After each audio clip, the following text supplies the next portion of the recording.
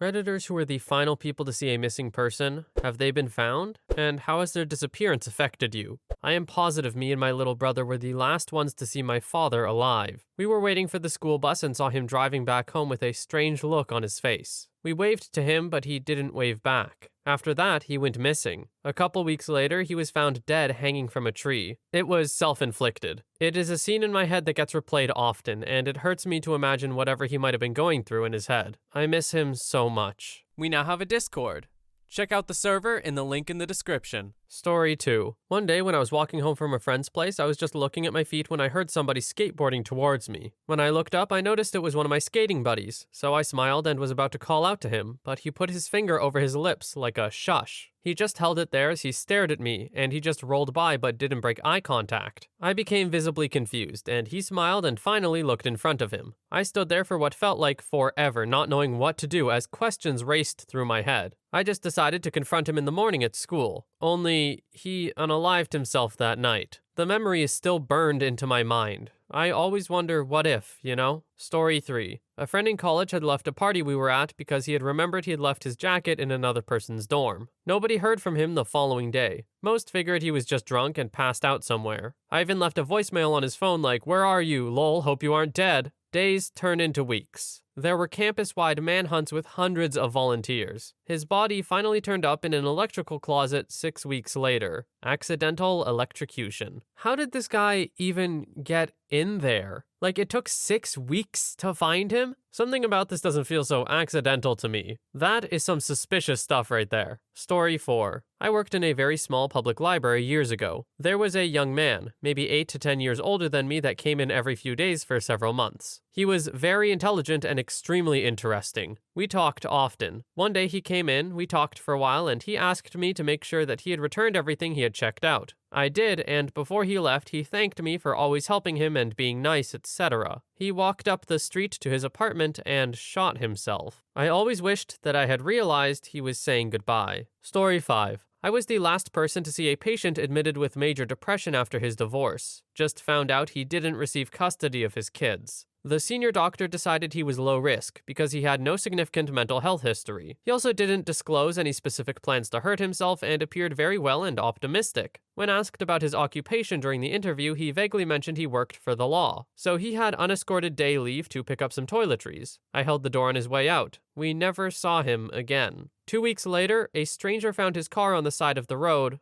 bullet in his head. Turned out he was a police officer and had access to a gun to shoot himself. In response to a private message about this, whenever I post about other people, I change details. For example, gender, situational aspects, etc. So they're just 100% not recognizable, for privacy on their behalf. They wouldn't be able to recognize themselves, so it's very unlikely I've met a family/friend who sounds familiar here. So sorry to anyone who's been affected by similar experiences. Story 6. Saw him at a club with some friends on a night out. One of my friends was hooking up with him on and off, so they had usual uni drama going on. He left after that to go back home or something. The next morning, he was found dead. The last ever video was him getting off of a bus, and then there was no other CCTV footage of him after that. They investigated our uni for months and months, but no leads were ever found. His death was never solved. It's really unsettling to this day. Story 7. I was 8 years old when I went with my parents to drop off my little sister for visitation with her biological father. The next morning, my dad woke me up for school and said she didn't come back that night. My dad went to Denver for the weekend. We knew the biological dad had family in this area. To try and go look for them and contacted the Denver PD. My local PD didn't assist in finding her at all. In fact, the DA told my parents that you can't abduct your own child, despite the fact that my parents had full custody. I will never forget the day that we got the call that she was found. I was with my mom and 2 of my other sisters at the grand opening of the Cabela's in my hometown, when my mom answered her phone and burst into tears. She was in a small town in Michigan and had been homeschooled by the wife of her biological dad and was going by her middle name. An officer responded to a missing person report, ironic, because the oldest son of the wife had run away. Somehow, someway, the officer knew something was wrong and looked into the situation. The whole situation was much more difficult on my sister than me. She was basically 2 years behind in school when she came back, and the principal of our elementary school wanted to put her in first grade rather than third, which is what she should have been at the time. But ultimately, they kept her in third grade with our sister. The two are 10 days apart in age and have been best friends their whole lives. She got tutoring and managed to get back on track. She's currently in her senior year and looking forward to college in the fall. Yeah, I think most child abductions are family abductions, so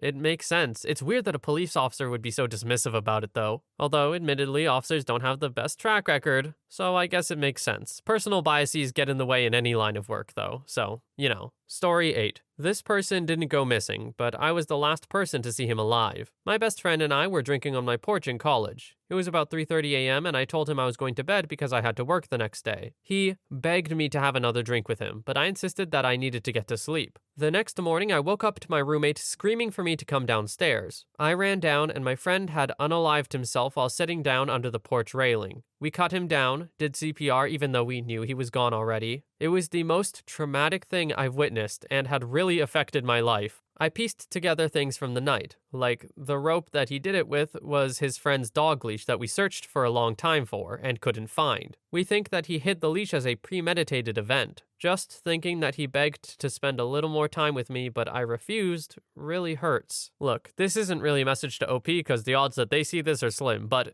to anyone watching or listening, it's not your fault. People who are going to unalive themselves don't tell you and don't warn you. That's like one of the main things about it. You don't know when it's coming, and there's a lot of the time just nothing you can do. If there aren't any obvious signs in the moment, then you are really doing all you can. It's not your fault. Story 9. My father had esophageal cancer and had been fighting it for about 3 years. During that time, I ran the family business so we would have income and so that he could keep his insurance and get treatment. I was maybe 16 at the time. Well, one night I'm doing the dishes and me and my parents get into a fight. Something inside of me snapped that had been holding together for the last 3 years. I suddenly knew what I had to do. Unalive myself. It would solve everything. It was like autopilot. My body moved. I didn't have to think about it. It was natural, like destiny. I told them that I wanted to die and ran for the gun safe, which was upstairs far away. My father, who had been very strong before and fairly heavy, tried to block me. I pushed past him, knocking him to the floor. I barely felt it when I hit him. I didn't know how weak he had become, as somehow in my mind, I still saw him as strong and indestructible. Until that moment, at least. In that moment, my dad went from being the superhero that is dad to being human. Anyway, I didn't stop to help him. Instead, I ran upstairs crying, trying to open the gun safe. I couldn't read the dial through my own tears, and suddenly all of the energy I had getting there drained and my body felt extremely heavy and I fell to my knees. My father had pulled himself up and made his way up the stairs. He grabbed me, pulling me away from the safe, and told my little brother to call the police. A few months later, my father lost the ability to swallow at all, and quickly his health went. I always felt responsible, thinking if I hadn't knocked him down, he would be all right now. For years after he passed, I relived that moment in my head. How he fell and how I didn't even help him. How selfish I was and how I hurt him, my brother, and my family. At points, it would wash over me like a dream and I'd come out of it crying, "I'm sorry, I'm so sorry." I've stopped reliving it. I still wish I could take it back, but I've come to terms with it. Regret is hard though, and I feel for you. Story 10. I don't know if I was the last person to see her alive, but one of the last. Lori Hacking and her husband, Mark Douglas Hacking, came into my cell phone store 2 days before she found out about how he had lied to her about pretty much everything in his life. And he unalived her and their unborn child. They were both awesome people. She was happy and bubbly and he was a really nice guy.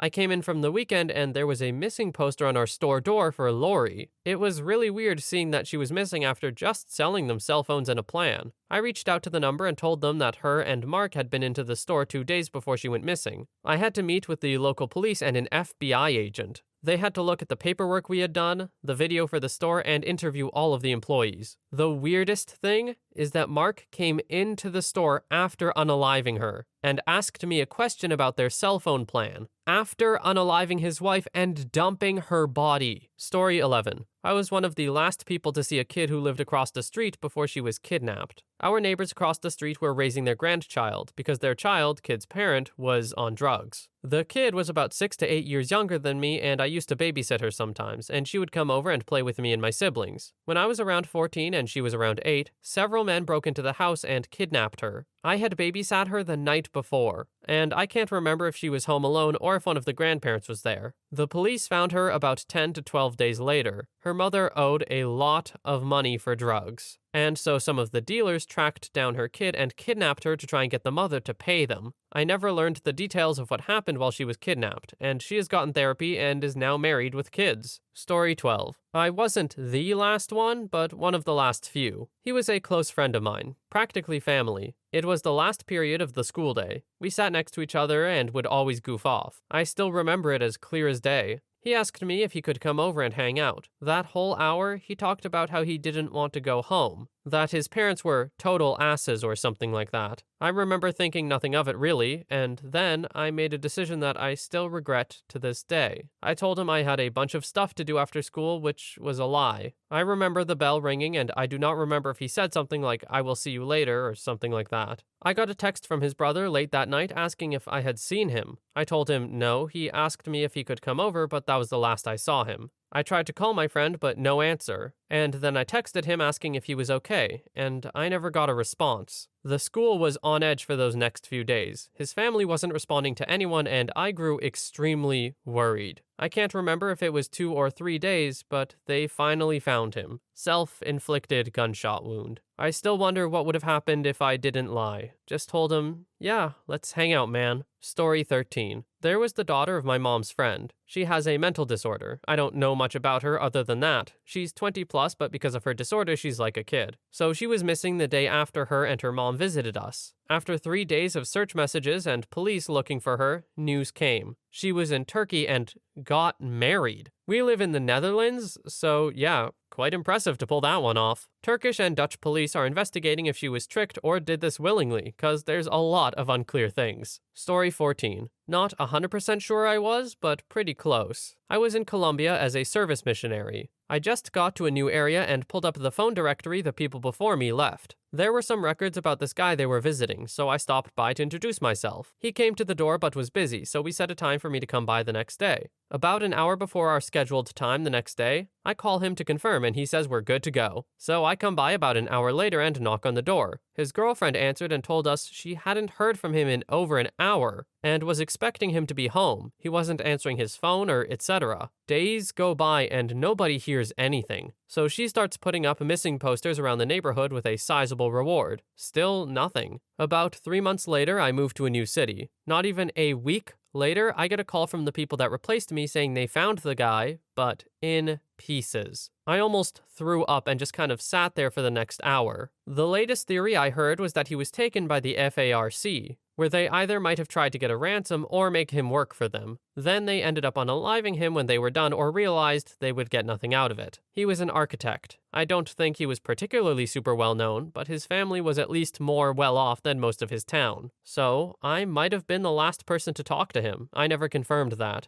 But it still gives me chills when I think about how he was found. Story 15. I am not 100% sure if I'm the last person to see this person, but I feel like I am. And I didn't know it until later after this person was found days after. She had unalived herself. So about 3 years ago, a girl around the same age as me went missing. I live in a tiny community, less than 1,000 people, in a reserve in northern Ontario. So everyone knows everyone. Everyone's first thought is that she ran away or is in hiding in someone's house. Another day goes by and our community starts a search team. Another day goes by and our community starts a search team. And by day 3, they finally find her body, not too deep in the woods off a nearby road. They determined she unalived herself 3 nights prior, died June 3rd, found June 6th. Now, on the night of June 3rd, I was feeling sad and decided to go out for a ride around our little community. And as I'm driving around the area she was later found in, I see what I think is an iPhone flashlight in the woods. I didn't think much of it at the time, but I've come to the conclusion that she was on her way to unalive herself and was using her iPhone flashlight because it was nighttime. It scares me thinking I might have been the last person to see her, and it sucks that I didn't know it was her. I haven't told anyone about it in real life. Story 16. Back in junior year of high school, I knew a guy who was in his senior year, and I knew him because we worked together at a school job we did. While working, we were talking, and he was telling me about how he's gonna go hang out with his friends after work, etc. Didn't think much of it. Next day, it's reported that he was unalived in a drive-by shooting. This was 2 weeks before he graduated high school. I was the last person who had talked to him before he got into his car to drive to wherever he went. Myself, my school, and especially his close friends became devastated, and what followed was the proper things, such as a funeral and such. During graduation ceremony, his name was announced, and everyone was asked for a moment of silence as his father walked down the aisle in his position. Truly saddening. It's been 2 years almost now, and his Instagram and other social media are still up. I occasionally pull it up from time to time to look at it. Miss you, bud. Story 17. When I was 13, I went to visit my auntie on a whim. She lived down the hill, and we were extremely close. I was late for dinner, and I knew my mom would be mad, but when I walked past my auntie's, something was screaming at me to go inside. My auntie kept saying she was so happy to see me and was dressed up like she was going on a date or something, which I found strange because she was only hanging out at home.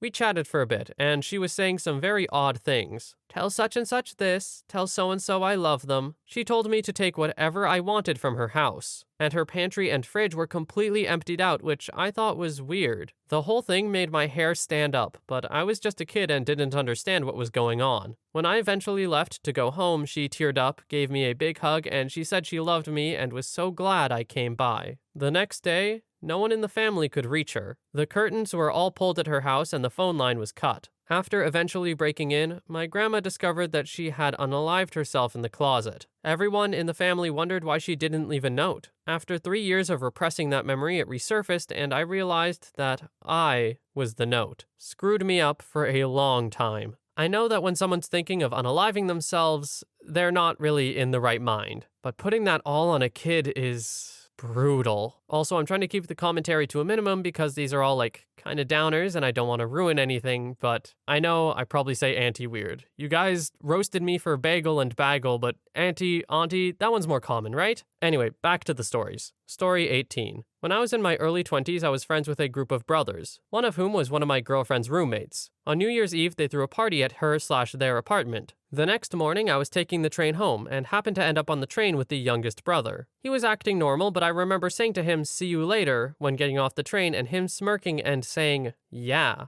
A few days later, one of the brothers says they haven't heard from him since the party. I told him about the train interaction, and it turned out I was the last person to have seen him. No one else had seen him since the party, including his roommates. They eventually found a note in his apartment that read something like, "I'm fine, but don't try to find me." Several weeks go by with no word from the younger brother. I'm cooking dinner with my girlfriend, and there's a knock on the door. Guess who shows up but the missing brother? He had run away to the Dominican Republic without telling anyone to see what life was like there, then ran out of money and returned. Last person to see him before he disappeared. First person to see him when he returned. Story 19. Way back in the early 90s, I was traveling. Spent a year traveling around the world. And at the time, I was working in a youth hostel in Greece, on Santorini. I had talked about traveling together with a friend from home, but we ended up doing our own trips. Well, 6 months into the trip, I meet up with him in Santorini. We hang out for like a week and he's continuing on eastward and I was going west. Like 2 days later, his flight crashed in the Himalayas near Nepal. All 200 plus people on board died. I wasn't the last person to see him, but I was the last person from our home who did. After it happened, I wrote a long letter to his parents and family telling them about our week together on Santorini, and sent some pictures of us. These would be the last pictures his family had of him. The parents were too hurt to acknowledge my letter. I understand, but his sister wrote me and thanked me. That was 28 years ago.